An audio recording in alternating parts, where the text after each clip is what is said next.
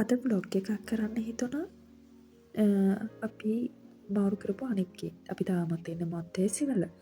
ඉතින් ඉස්සෙල්ලා හිටපු ගෙදර අපිට තිබුණේ කාමර දෙකයි කුස්සියයි සාලයි එකට. දැන් අපිට කාමර 3යි ලොකු සාලකුයි කුස්සියකුයි තව කාමරයකුයි ස්වාලකුයි කුස්සියකුත් තියෙනවා. ඉතින් ඒක නිසා අපිට කලින් ගෙදරට මදි නිසා ඒ පැත්තෙම තිබුණු තව ගෙයක් අපිට හම්බුණා ඊට වැඩිය ගොඩක් ලොකු ගෙයක්.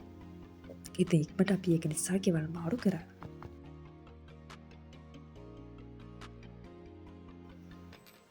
මේ තියෙන්නේ මගේ කාමරේ.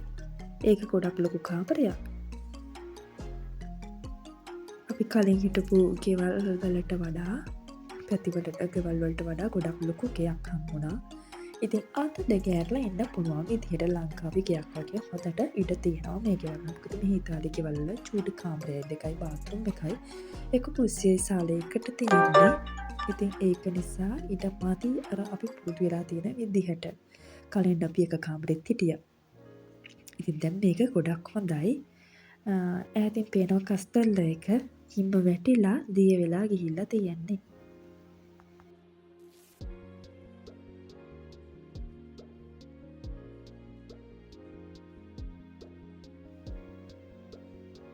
අපි දැන් යමු අපේ පුතාගේ කාමරේ බලන්න. එයාගේ කාමරේ තමයි චූටිම කාමරේ.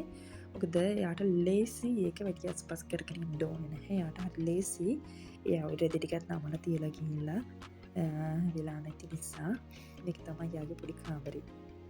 එයාට චූටි අඳක් චූටි කාමරයක් හිම. ඒකම අපි ඊට පස්සේ තියෙන අපේ බාත්රූම් එක පල්ලෙහාක බාත්රූම් එකක් තියෙනවා අපි කට්ටියට පාවිච්චි කරන්න. ඊට පස්සේ උඩ වෙනම එකක් තියෙනවා අපිට පාවිච්චි කරන්න.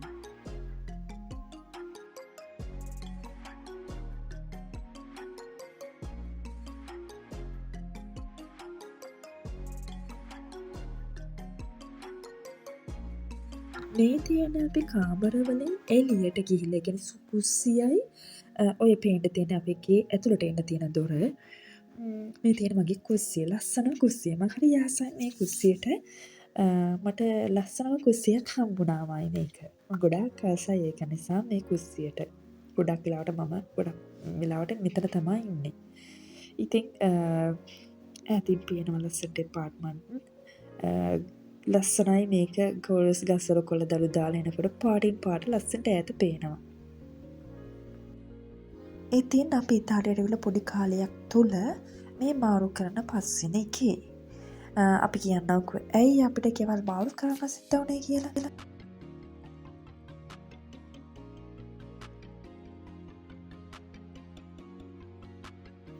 හරි අපි දැන් අපේ සාලේ බලන්න. මේ තියෙන මගේ සාලේ.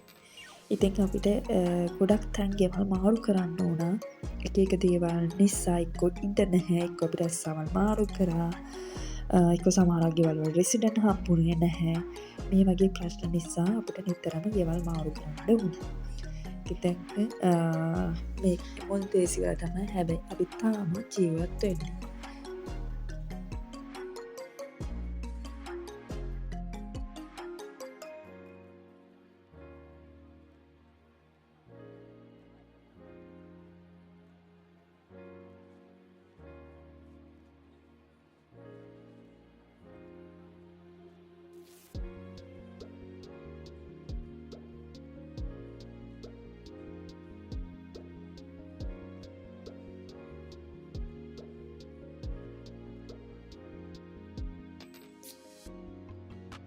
ඉතින් කවුරු හරි ආවහම අපි යාළට ඉන්න දෙන්නේ මෙන්න මේ උඩ කාමරේ තමයි.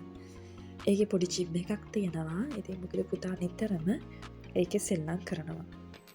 ඊට අමතරව පොඩි කුස්සියකුයි බාත්රූම් එකයි කාමරේ තියෙනවා. අපි යමුකෝ එකක් බලන්න.